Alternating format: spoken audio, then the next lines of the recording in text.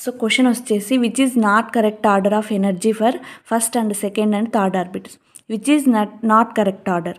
So n is equal to 1, n is equal to 2, n is equal to 3 కదా. So ఇక్కడ మనకి ఏమి ఇచ్చినాడు ఆప్షన్స్ 3లో? టోటల్ ఎనర్జీ ఇచ్చినాడు, పొటెన్షియల్ ఎనర్జీ ఇచ్చినాడు, కైనెటిక్ ఎనర్జీ ఇచ్చినాడు. So according to n increases Bohr's theory, total energy increases. n increases, potential energy also increases. So n increases, kinetic energy decreases అనమాట. So ఇక్కడ చూడండి ఆప్షన్ 2లో ఇక్కడ చూడండి 1, 2, 3. 1 less than 2, 2 less than 3.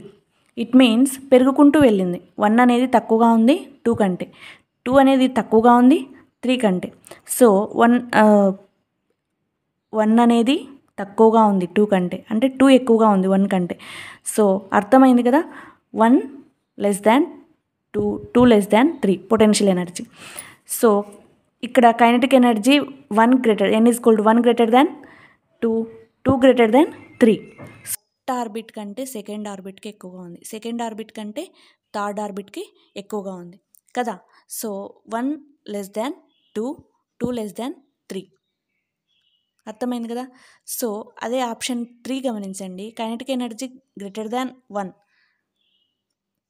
Kinetic energy 2 greater than 3. So ఇక్కడ ఇది కూడా సరిపోయింది. సో n అనేది ఇంక్రీజ్ అయ్యే కొద్దీ తగ్గుతూ వెళ్ళింది. అదేవిధంగా ఇక్కడ చూడండి E1 greater than E2, E2 greater than E3. So it is wrong answer అనమాట. So E1 less than E2, E2 less than E3 ఈ విధంగా ఉండాలి. So first one is the wrong answer అనమాట. So first is the wrong answer which is not correct. First one is the wrong